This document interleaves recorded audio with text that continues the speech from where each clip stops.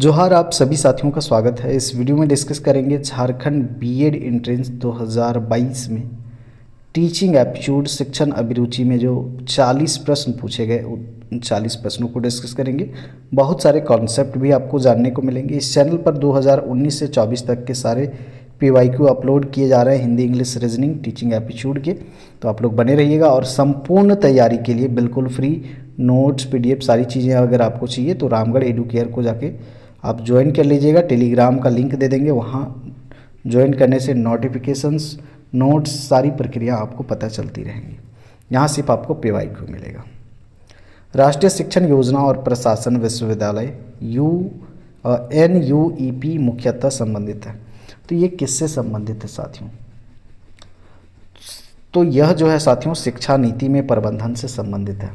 शिक्षा नीति में प्रबंधन से संबंधित है, जिसकी स्थापना साथियों 1962 में हुई थी। 1962 में हुई थी। अब इसका जो कार्य है, कार्य को देखते हुए भारत सरकार जो है इसको 2006 में साथियों मानद विश्वविद्यालय का दर्जा दिया है। ठीक बात, ऑप्शन सी होगा यहाँ पर करेक्ट। आगे देखिए, विद्यार्थी में अपने आप हल ढूंढते हैं। विद्यार्थी अपने आप कब हल ढूंढते हैं साथियों? अंतःक्रिया करेंगे तो ये बहुत उचित नहीं है। डिस्कवरी मेथड में ही तो खोजबीन होता है। तो यहाँ पर करेक्ट आंसर हो जाएगा आपका डिस्कवरी विधि में अपने आप खोजते हैं।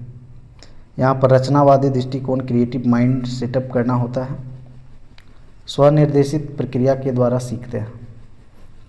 चलिए आगे देखेंगे। निम्नलिखित में से किस सूची में भारतीय संविधान के 42वें संशोधन अधिनियम 1976 द्वारा शिक्षा को स्थानांतरित किया गया है? तो ये सवाल इंपॉर्टेंट है। तो शिक्षा को स्थानांतरित करके कहाँ डाला गया? समवर्ती सूची में। समवर्ती सूची में।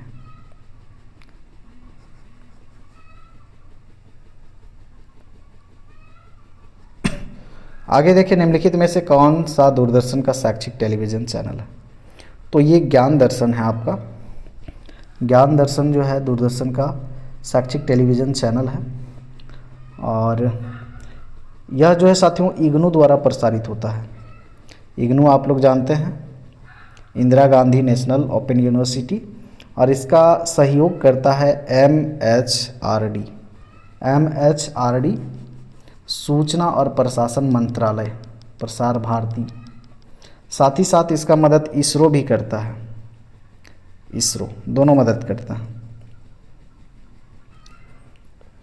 कारण और प्रभाव संबंध अनुसंधान विधियों द्वारा स्थापित किए गए हैं। कारण और प्रभाव संबंध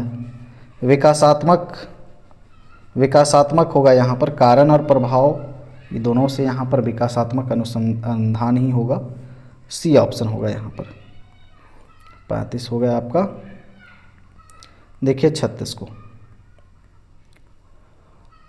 देखिए, वह डिग्री है जिसे एक परीक्षण मापता है कि उसे क्या मापना चाहिए। अब किसी भी टेस्ट में वस्तुनिष्ठता, वैधता, विश्वसनीयता, प्रयोज्यता, ये सारी चीज़ें होनी चाहिए। लेकिन यहाँ पर पूछ रहा है कि वह डिग्री है जिसे एक परीक्षण मापता है कि उसे क्या मापना चाहिए। क्या मापना चाहिए परीक्षण को? तो सबसे पहले परीक्षण जो है कितना वैलिड है, वैध कितना है। ठीक है, तो वैधता यहाँ पर हो जाएगा करेक्ट आंसर। चलिए आगे देखेंगे। का अर्थ है छोटे छोटे कदमों को वांछित लक्ष्य या व्यवहार की ओर मजबूत करना। किसका अर्थ है छोटे छोटे कदमों को वांछित लक्ष्य या व्यवहार की ओर मजबूत करना?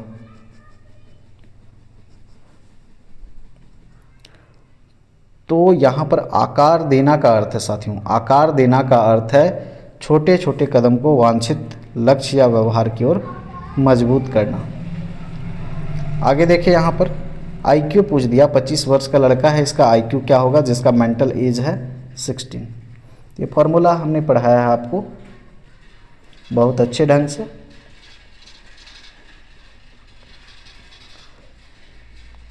विलियम स्टर्न आईक्यू का अवधारणा है।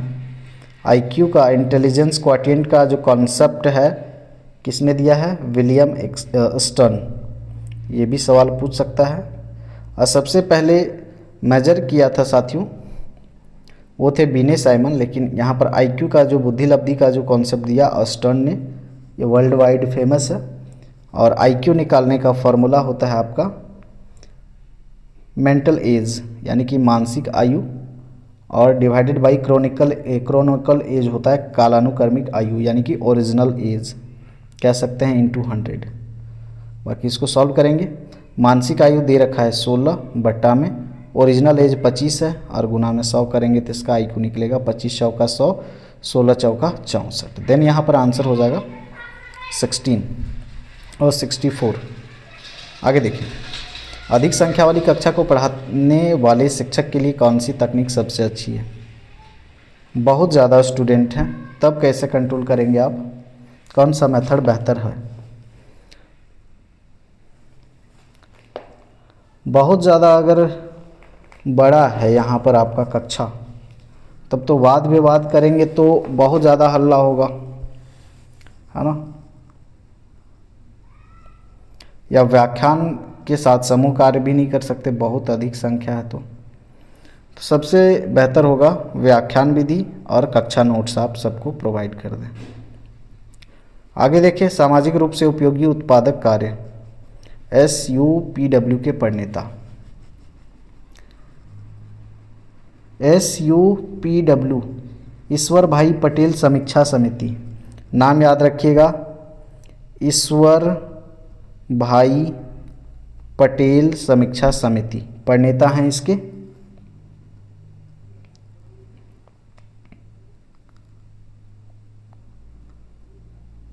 और सबसे पहले साथियों शिक्षा मंत्रालय, भारत सरकार का जो शिक्षा मंत्रालय है वहाँ पर इसका पेशकश किया गया इस समिति का 1978 में। अब इसमें क्या काम है? SUPW का काम क्या है? पॉटरी बनाना, मास्क बनाना, रंगोली दीवार बनाना, अलंकरण करना, कागज़ के खिलौने बनाना, ये सब इसके कार्य।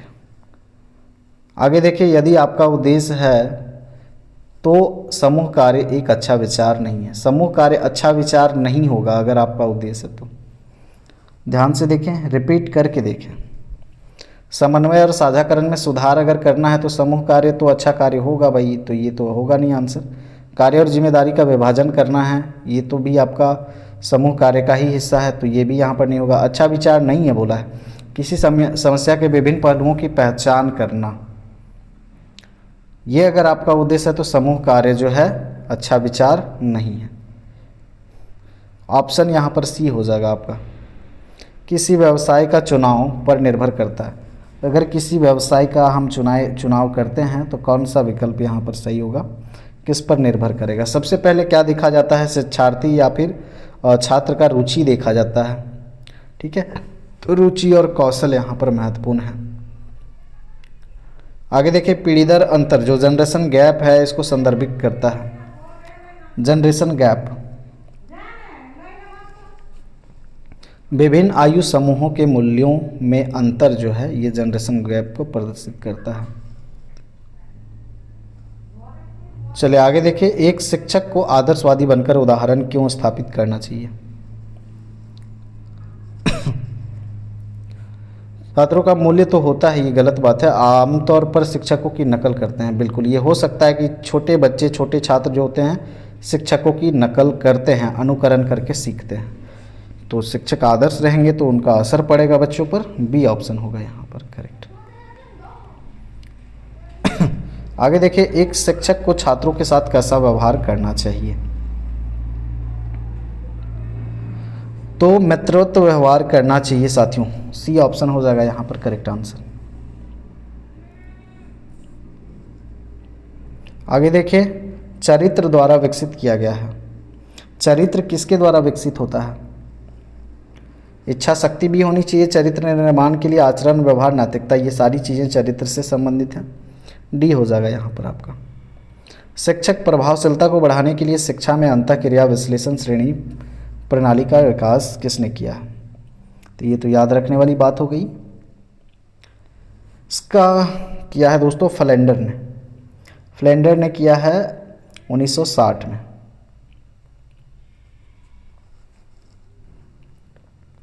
मनोविश्लेषण का जनक, ये इंपॉर्टेंट है, मनोविश्लेषण का जनक सिगमंड फ्राइड को माना जाता है।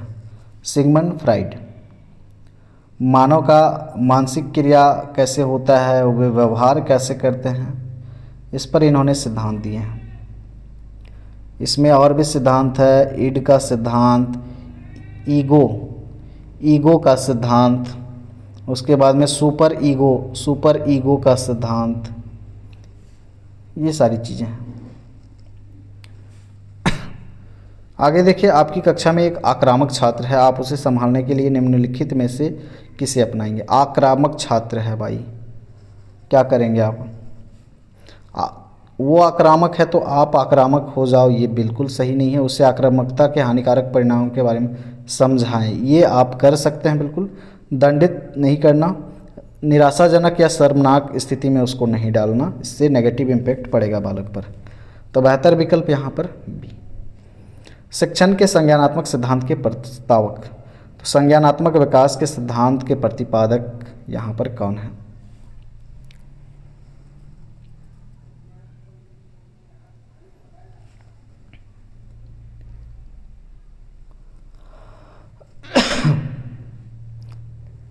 अच्छा, यहाँ प्रस्तावक की बात कर रहे हैं, प्रतिपादक नहीं। प्रस्तावक हैं N.L. गेज और प्रतिपादक हैं दोस्तों आपके जीन पियाजे। संज्ञानात्मक विकास सिद्धांत के प्रतिपादक जीन पियाजे, प्रस्तावक N.L. गेज। आगे देखिए, कक्षा में बात करना और अनुशासनहीनता का संकेत। अनुशासनहीन छात्र, दोहराव के कारण बोरियत। कक्षा में अनुशासनहीनता आ रही है या छात्र बात कर रहे हैं, क्यों कर रहे हैं, कैसे कर रहे हैं? अनुशासनहीन छात्र हैं, क्या सभी अनुशासनहीन तो नहीं होंगे ना? दोहराव के कारण बोरियत, अगर आप एक ही चीज़ बार बार घुमा रहे हैं, फिरा रहे हैं, दोहराव कर रहे हैं, रिपीटिशन कर रहे हैं चीज़ों का, तो उनको जो चीज़ें पहले पता है या पहले पढ़ चुके हैं वो चीज़ फिर दोहरा रहे हैं, तो उनको बोरियत लगेगा, तो बातचीत करेंगे, अनुशासन भंग हो सकता है। तो बेहतर विकल्प यहाँ पर आपका बी ही है।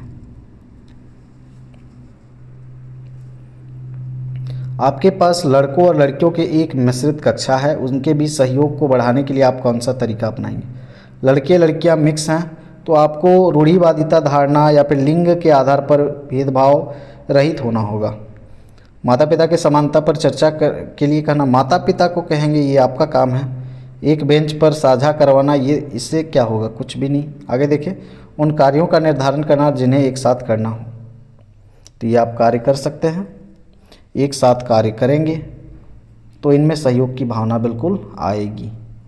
सी यहाँ पर बेहतर विकल्प। आगे देखिए, शिक्षा में सजा का प्रमुख नुकसान यह है कि शिक्षा में अगर सजा देते हैं तो नुकसान क्या होगा? कुंठित हो गए, उनकी भावनाएं अप्रिय भी होंगी,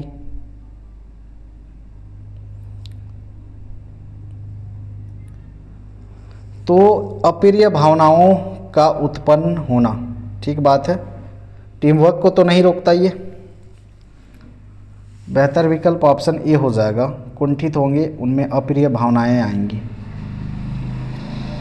निम्नलिखित में से कौन सा शिक्षण में सबसे महत्वपूर्ण तत्व है? सबसे महत्वपूर्ण तत्व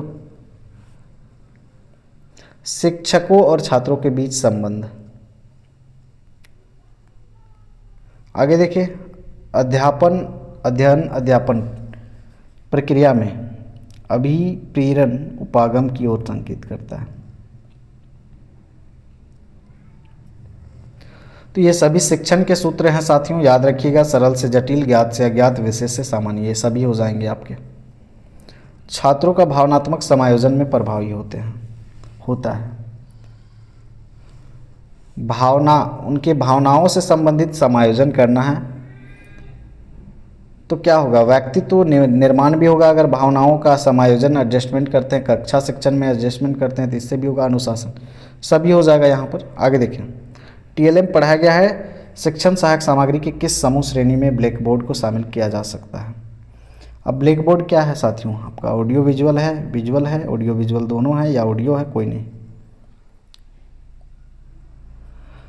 तो ब्लैक बोर्ड सिर्फ दिखाई देता है, सिर्फ दिखाई देने वाले सामग्रियों को विजुअल एड, जो सिर्फ सुनाई देंगे ऑडियो, जो सुनाई दिखाई दोनों देंगे तो ऑडियो विजुअल। तो ब्लैक बोर्ड सिर्फ दिखाई देता है, विजुअल है। देखिए इंट्रापर्सनल कम्युनिकेशन इंपॉर्टेंट है, यहाँ से सवाल रिपीट होते हैं। तो इंट्रापर्सनल कम्युनिकेशन क्या है, इंट्रा होता है और इंटर होता है। तो इंट्रापर्सनल कम्युनिकेशन ऐसी प्रक्रिया है जिसमें व्यक्ति अपने आप से होशपूर्वक या अवचेतन मन से जुड़ते हैं। इंटरपर्सनल में दूसरों के साथ जुड़ते हैं, खुद से बातचीत करते हैं, चिंतन मनन करते हैं इंट्रापर्सनल में।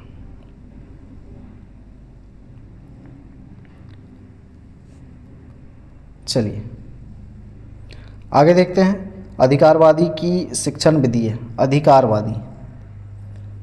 अधिकारवादी अब ये शिक्षक केंद्रित होगा। अधिकार है, शिक्षक जैसे चाहे वैसे करेगा अपने हिसाब से। तो ये अधिकारवादी शिक्षण, हमें बाल केंद्रित शिक्षण को बढ़ावा देना है,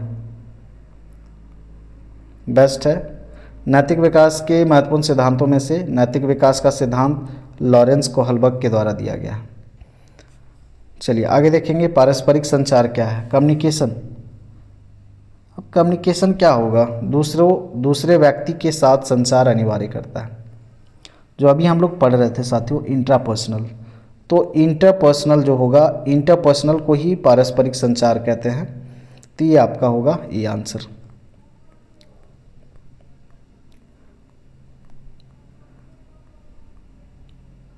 इंट्रापर्सनल कम्युनिकेशन के महत्वपूर्ण तत्व हैं। तो स्व अवधारणा, धारणा, उम्मीदें, ये तो सारी चीज़ें स्वयं से ही की जाती हैं, तो सभी हो जाएगा। स्व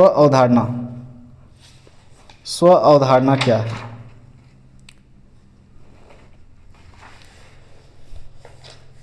इंट्रापर्सनल संचार के लिए आदान प्रदान करता है, क्योंकि यह नियंत्रित करता है कि कोई दूसरा व्यक्ति को कैसे मानता है और अन्य व्यक्तियों की ओर उन्मुख होता है। ये भी सही है। स्व अवधारणा जिसे स्व जागरूकता भी कहा जाता है, सेल्फ अवेयरनेस, बिल्कुल ठीक बात। तो दोनों सही हैं, सी हो जाएगा।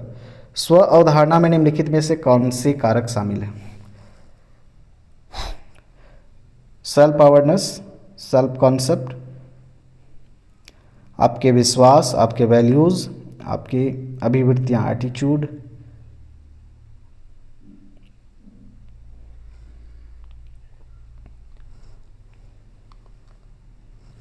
सभी शामिल हैं साथियों। आगे देखिए। स्वतंत्र भारत में पहले शिक्षा मंत्री, ये तो इजी सवाल है। मौलाना अबुल कलाम आज़ाद। आगे देखें। युवा किशोर अपने को व्यस्त करने के लिए विद्रोह करते हैं। किशोरावस्था जो होता है आयु 16 से 17-18 के बीच का आयु को कहा जाता है। इसमें विद्रोह की भावना होती है, हर बात पर विरोध करते हैं, क्योंकि इनको लगने लगता है कि अब हमारा अस्तित्व है, हम बड़े हो रहे हैं, बड़े हो गए, इसलिए हर बात पे विरोध करते हैं। घर वालों के साथ भी देखे होंगे आप। तो क्यों करते हैं, स्वतंत्रता की अपनी इच्छा रखते हैं इसलिए। आगे देखें। किसने अभिनव परियोजना Lok Jumbish people's movement for education for all शुरू किया। तो ये शुरू किया है आपका राजस्थान।